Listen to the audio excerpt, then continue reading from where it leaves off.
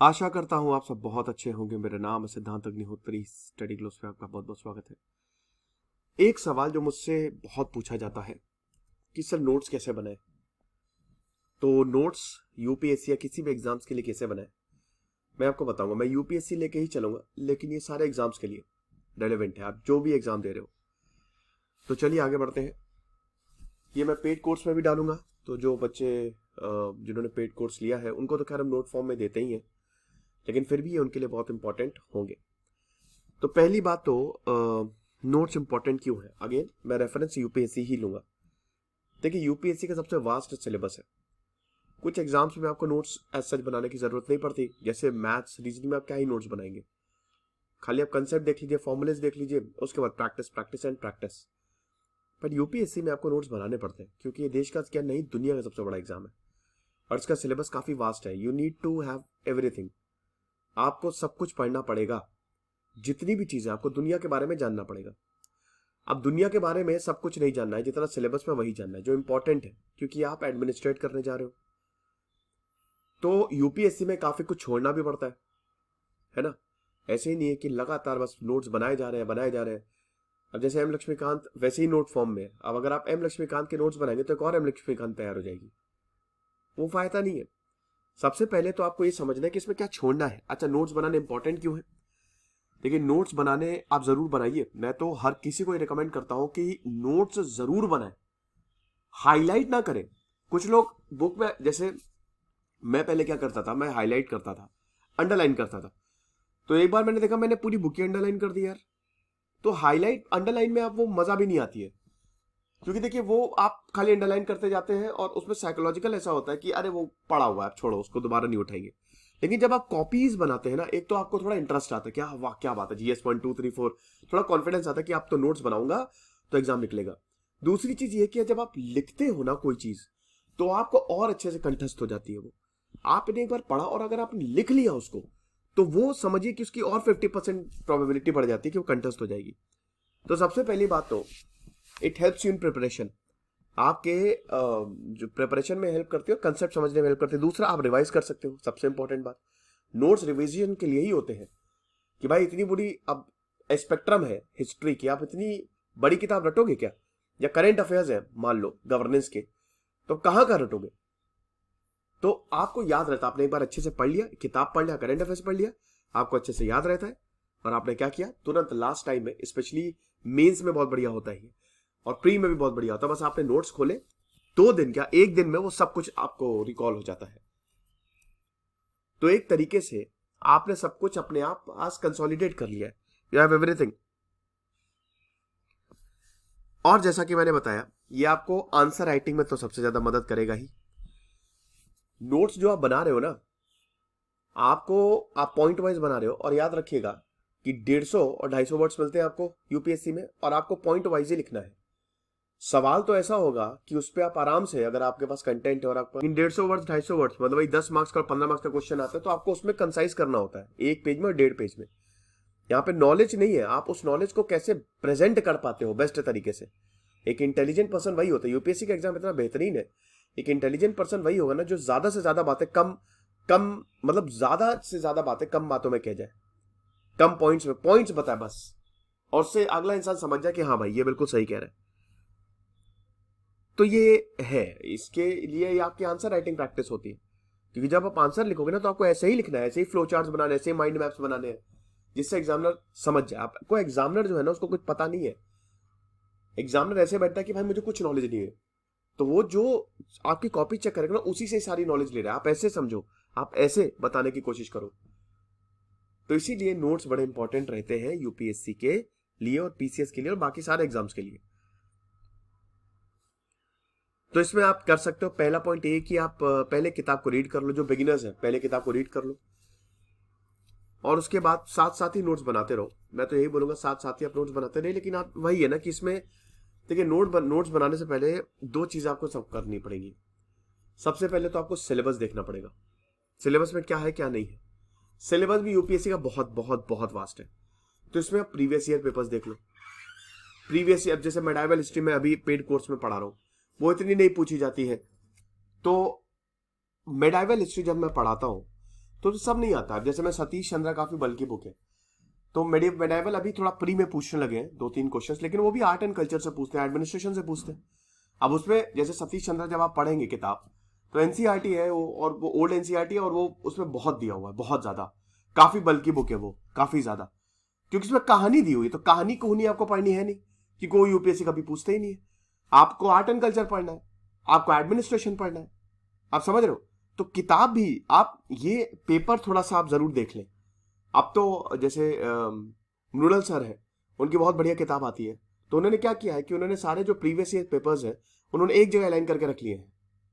तो आप वो देख लें। आप अगर क्वेश्चंस के हिसाब से पेपर लगाओगे तो बहुत बढ़िया होगा, समझ गए। तो ये चीज है। चलिए आगे बढ़ते हैं। तो अब हम बात करते हैं नोट्स बनाए कैसे जाए। देखिए, नोट्स बनाने का तरीका ये है कि आप या तो GS 1 2 3 4 की तरीके से बना ले। GS 1, GS 2, GS 3, GS 4। जैसे GS 4 एथिक्स है, एथिक्स हमने बेहतरीन तरीके से कराया है, बहुत ही शानदार तरीके से, जो हमने कोर्स है। चलिए भाई, कोर्स का प्रमोशन कर ही देता हूं। आपको बता दूं कि हमारी आज आखिरी दिन है सेल का। मैंने मानसी मैम, जो कि बहुत बड़ी कोचिंग में पढ़ाती हैं, 4 बार IAS क्रैक कर चुकी हैं वो, प्रशांत सर भी 3 बार IAS निकाल चुके हैं, ऋषि सर तो SDM है। तो इन सब ने मिलके, और मैं तो हूं ही, एक शानदार यूपीएससी का कोर्स बनाया है। तो आप इसको जरूर अवेल कर सकते हैं। तो GS 4 मानसी मैम और ऋषि सर ने पढ़ा है, तो आप उसको भी, अगर आपको GS 4 में आप कमजोर है, उसको आप अवेल कर सकते हैं। तो आप इन नंबर्स पे कॉल करिए, नहीं तो व्हाट्सएप करिए, आपको बहुत ज्यादा फायदा होगा। बहुत ही कम दामों पे है दोस्तों, बस हमारा यही एक मोटिव ही है कि क्वालिटी एजुकेशन बहुत ही कम दामों पे। मेरे ख्याल में इतना बेहतरीन यूपीएससी कोर्स शायद आपको कहीं नहीं मिलेगा।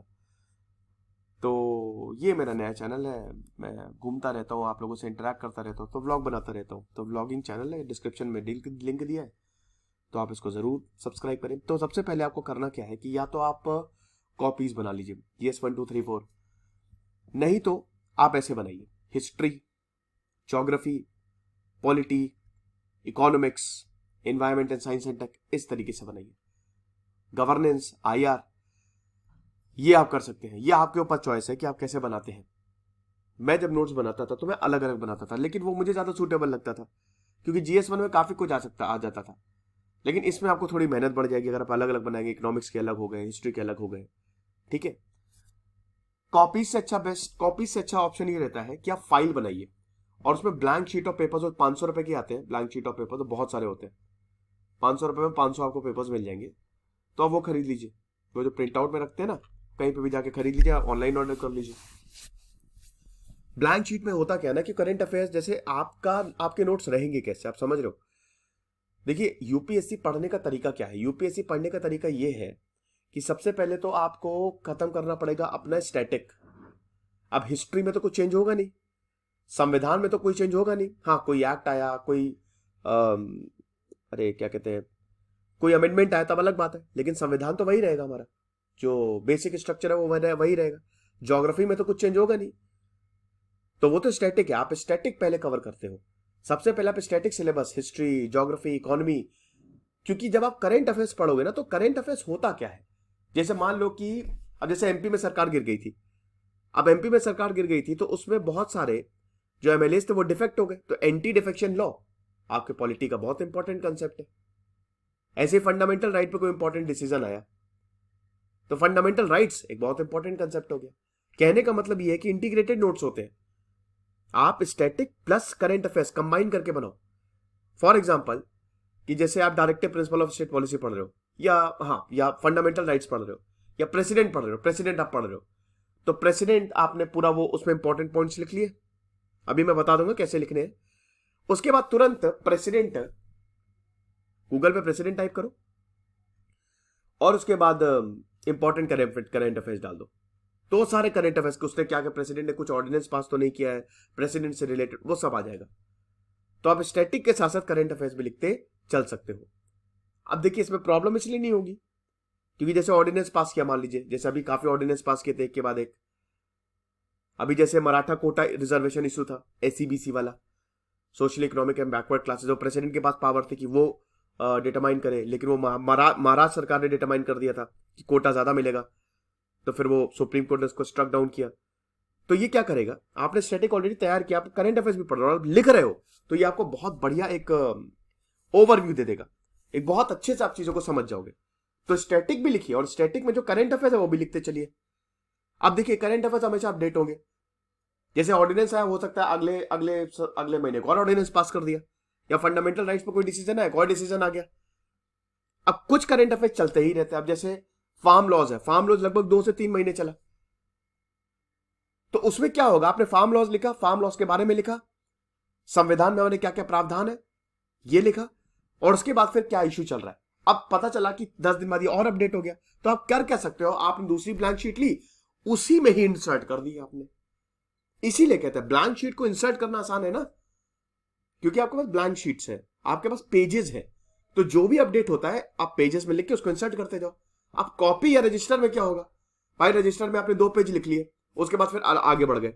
चलो मैं कह रहा हूं कि आपने 2 पेज, आपने 5 पेज लिख लिए, 5 पेज आप लेके चले, आपने बोला चलो अभी फार्म लॉज आए हैं, मैं 1 पेज में लिख ले रहा हूं, बाकी 4 पेज जब अपडेट होगा उसके लिए छोड़ दे रहा हूं। लेकिन क्या गारंटी है वो 4 पेज में आ जाएगा, हो सकता है वो बहुत बड़ा ही होता जाए, 1 साल तक, देखिए अभी तक वो चल रहा है। तो इसीलिए ब्लैंक पेपर्स में अगर आप करें तो वो ज्यादा बेटर रहेगा, वो इंसर्ट करने में ज्यादा आसानी रहती है कि तुरंत अपडेट हुआ तुरंत इंसर्ट कर दिया। कितनी भी चीजें होती हैं आप लिख के इंसर्ट करते जाओ। तो इसीलिए आप लूज शीट्स या फिर ब्लैंक पेजेस या फिर बीमार हूं मैं, जुकाम हुआ है मुझे, या इस तरीके के पेजेस, कहने का मतलब है जो पेजेस होते हैं वो आप खरीद लो तो वो ज्यादा आपको मदद करेगा।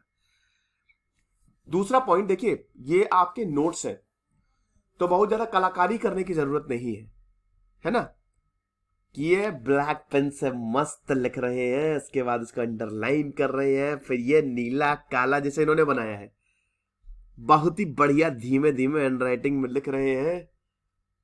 ये आपके बेटा ये रफ नोट्स आपको बनाने हैं। नोट्स क्या होते हैं, जब लेक्चर सुनते थे तो एक रफ कॉपी निकाली, नोट्स बनाते गए क्या क्या इंपॉर्टेंट है।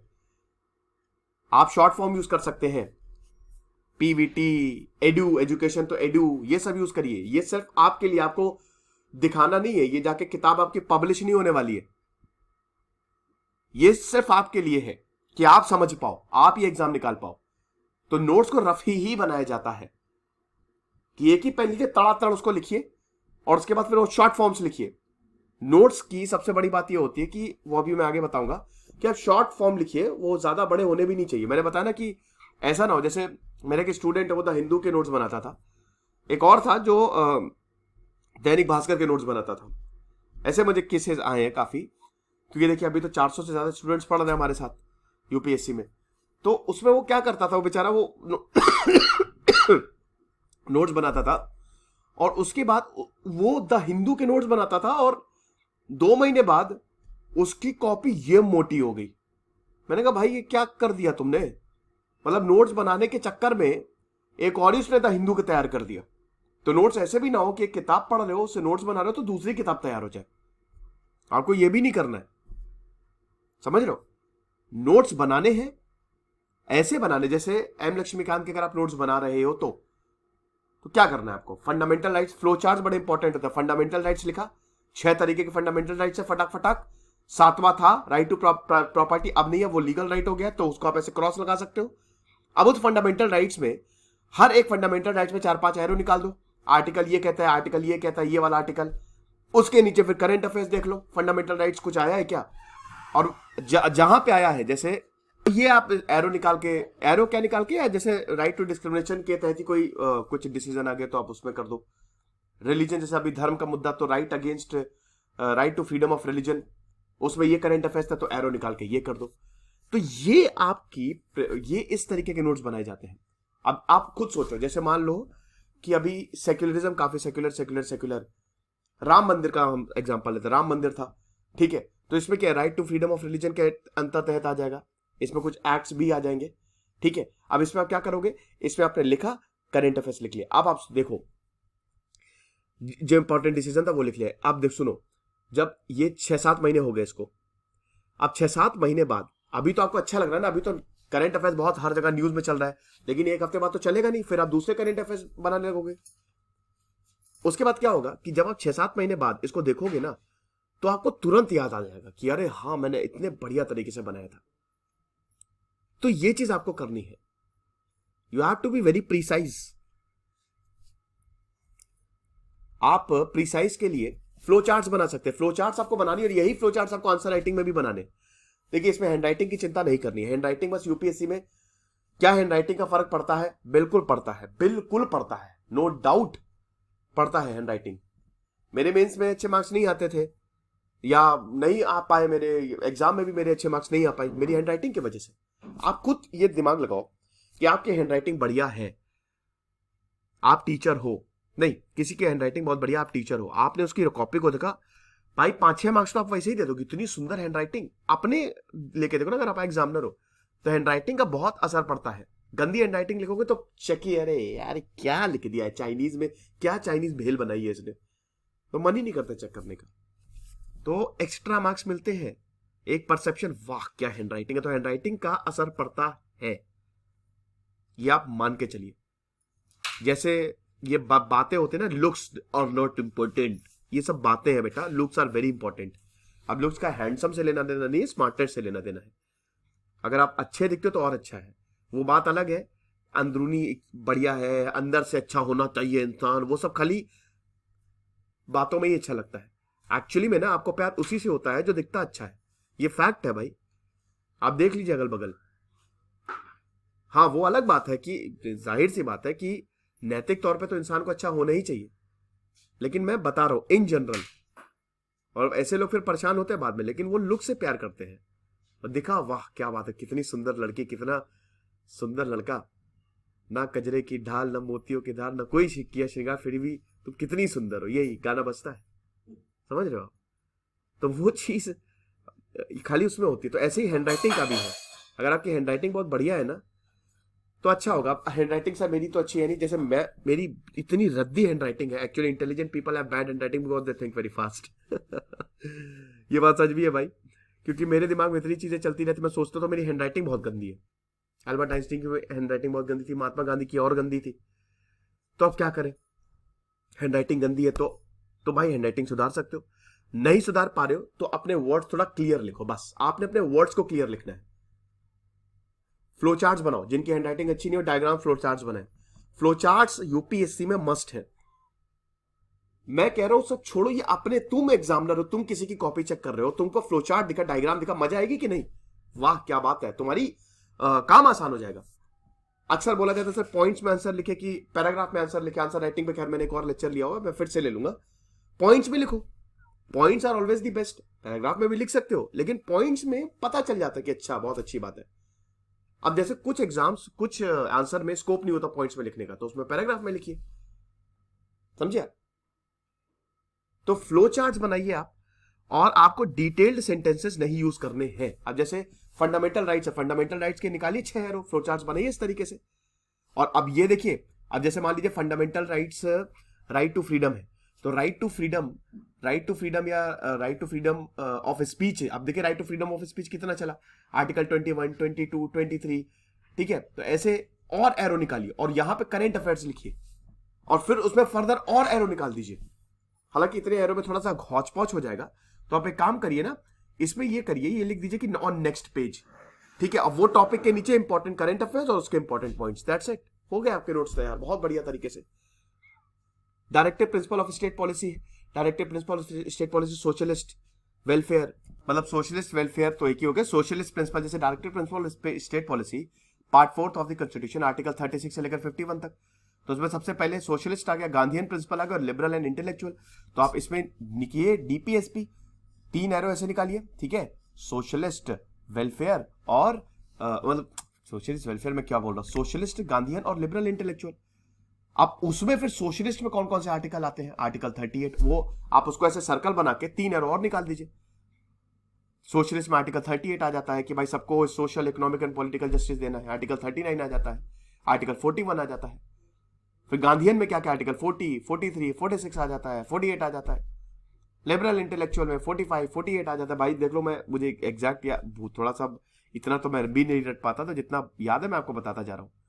फिर अमेंडमेंट्स कौन से हुए डीपीएसपी में, ये तो आपने बहुत बढ़िया से नोट्स बना लिए फ्लो चार्ट से। फिर अमेंडमेंट्स लिख लो, 42nd कॉन्स्टिट्यूशनल अमेंडमेंट एक्ट है 1976, उसने पार्ट 14 में 39A जोड़ दिया, 43A जोड़ दिया, A जोड़ दिया, 48A जोड़ दिया। फिर उसके बाद फंडामेंटल राइट्स भी आप कर चुके हो, उसके भी नोट्स बन गए, डीपीएसपी, डिफरेंस फटाक से। तो आप इस तरीके के अगर आप नोट्स बनाओगे शॉर्ट एंड क्रिस्प, मजा आ जाएगी। और शॉर्ट सेंटेंसेस यूज रखने, याद रखना, पूरा नहीं, शॉर्ट सेंटेंसेस, छोटे छोटे सेंटेंस बस। प्रीलिम्स और मेंस के लिए आप कॉमन नोट्स बना सकते हो, लिख सकते हो। अक्षत जैन जिनकी रैंक 2 आई, उन्होंने बहुत बढ़िया बात बताई थी कि आप लिख लो। जैसे मान लीजिए आप नोट्स बना रहे हो, तो ये प्रीलिम्स के लिए इंपॉर्टेंट है, ये मेंस के लिए इंपॉर्टेंट है। प्रीलिम्स के बाद अपने नोट्स को आप और छोटा कर सकते हो, और छोटा कर लो अपने नोट्स को। तो 2 सेट ऑफ नोट्स आप बना सकते हो, एक प्रीलिम्स से पहले, एक प्रीलिम्स के बाद। क्योंकि प्रीलिम्स के बाद जो आंसर राइटिंग होती है उसमें आपको बिल्कुल पॉइंट टू पॉइंट चाहिए होता है ना। प्रीलिम्स प्लस मेंस के आप नोट्स बनाओ, पहले तो कॉमन नोट्स बना लो, और उसमें चाहो तो लिख लो कि ये प्रीलिम्स में आ सकता है, ये मेंस में आ सकता है। तो थोड़े वो बड़े नोट्स होंगे, लेकिन जैसे ही आपका प्रीलिम्स क्लियर हो गया, 100 से ऊपर मार्क्स आ रहे, तो प्रीलिम्स 110% क्लियर होगा। उसके बाद फिर मेंस के लिए उन नोट्स को और छोटा कर दो। एक और चीज आप कर सकते हो, जैसे कुछ करंट अफेयर, जैसे आपने कोई मंथली मैगजीन कर ली, पकड़ ली, ठीक है, ये लॉन्ग सेंटेंसेस तो ये तो आप समझ ही गए होंगे अब तक, बड़े बड़े सेंटेंसेस नहीं लिखने हैं।